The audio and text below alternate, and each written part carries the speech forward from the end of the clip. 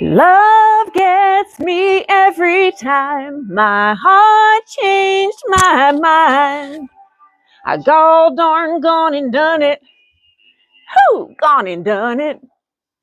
So several years ago, I auditioned and got a part for Shania Twain in a community musical event. Just by looking at my facial expression, give me a few words on how you think I might be feeling at the time. Fantastic. Okay. Do I look like I'm having a fun time? You do. Do I look insecure and nervous? Nope. Do I look confident? Yep. All those things are true, but it did not start that way. When I was a young girl, I sang all the time at home, and usually at the top of my lungs attempting opera, and may or may not have annoyed many family members. But whenever I was in front of anyone, I would just freeze up. Then I came up with an idea. If I could just have the audience cover their eyes, I was confident I could sing really well. But for some reason, no one went for that. But I loved to sing. I wanted to sing. I was just so afraid. And over a lot of encouragement from another fellow friend singer, she convinced me and helped me prepare for an audition. So I had my first audition at the age of 25.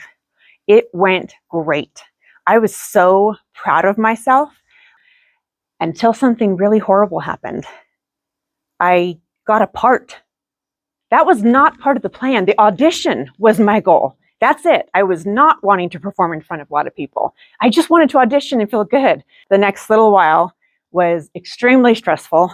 I threw up every day for a week before, and I barely got through it. I was frustrated because I could sing so comfortably and confidently at home, and yet in front of people, I would freeze up. Years of ups and downs of challenging with this. I felt like I was letting others down, including myself. Despite the fear, anxiety, and tons of mistakes, I just kept making small steps.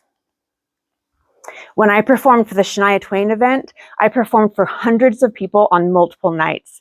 And I even got a request for a demo tape for potential music opportunity. This entire experience was so exciting for me. And I call it the highlight of my singing career, even though I technically didn't have one. It was still the highlight. Lots and lots of small steps got me here. Over a period of 20 years, I spent being afraid. But even more exciting was that I was able to overcome a fear and enjoy singing genuinely, and that's irreplaceable. Steady progress toward one's personal goals. I want to emphasize personal because progress is personal. It's for you. It's not what somebody else is doing to progress. It's what you need to do to progress. And I'm going to take a liberty and cross out steady simply to illustrate that we live in a very unsteady world. So how do we progress in an unsteady world? One small step at a time. So we're on our path, we're in life, we're taking the steps necessary, and I just want to point out that your ability is going to fluctuate based on things around you that you can't control. The world and society are changing all the time. People around you, family, friends, community, impact how you're doing and all the unknown circumstances that happen. So just remember that your ability to make these steps is going to fluctuate, and keep it in mind and be gentle with yourself. Wouldn't it be great if we just set a goal and it was just like this? I did it. I'm done. Usually it's not quite that simple. A little bit more like this. This reminds me of my singing experience. So many years running away from the microphone, literally, being terrified. We start and progress. We get excited. We're doing well. We fall. Someone helps us get up. We fall again and we go backwards. And progress is just a roller coaster. Babies have milestones, right? They crawl and then they take their first steps.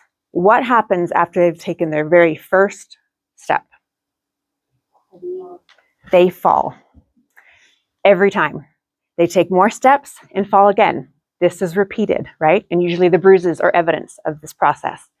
I want to know, do you chastise them and let them know that failure is not acceptable and falling is not okay?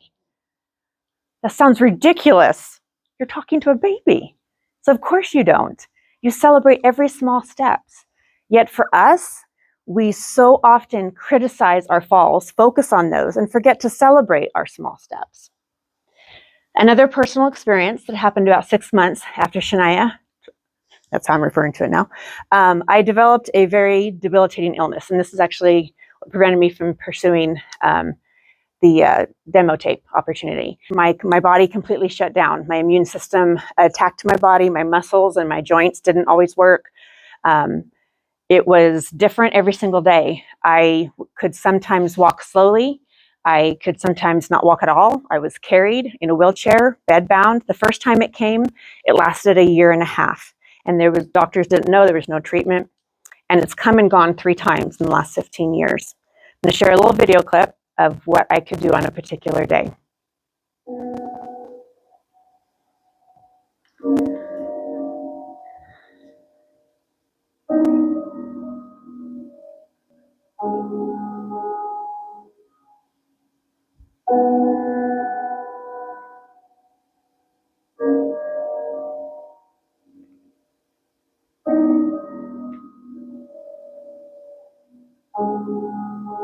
It was an extremely discouraging experience for myself and for my family. I didn't know if I could stand up or walk until I was on my feet.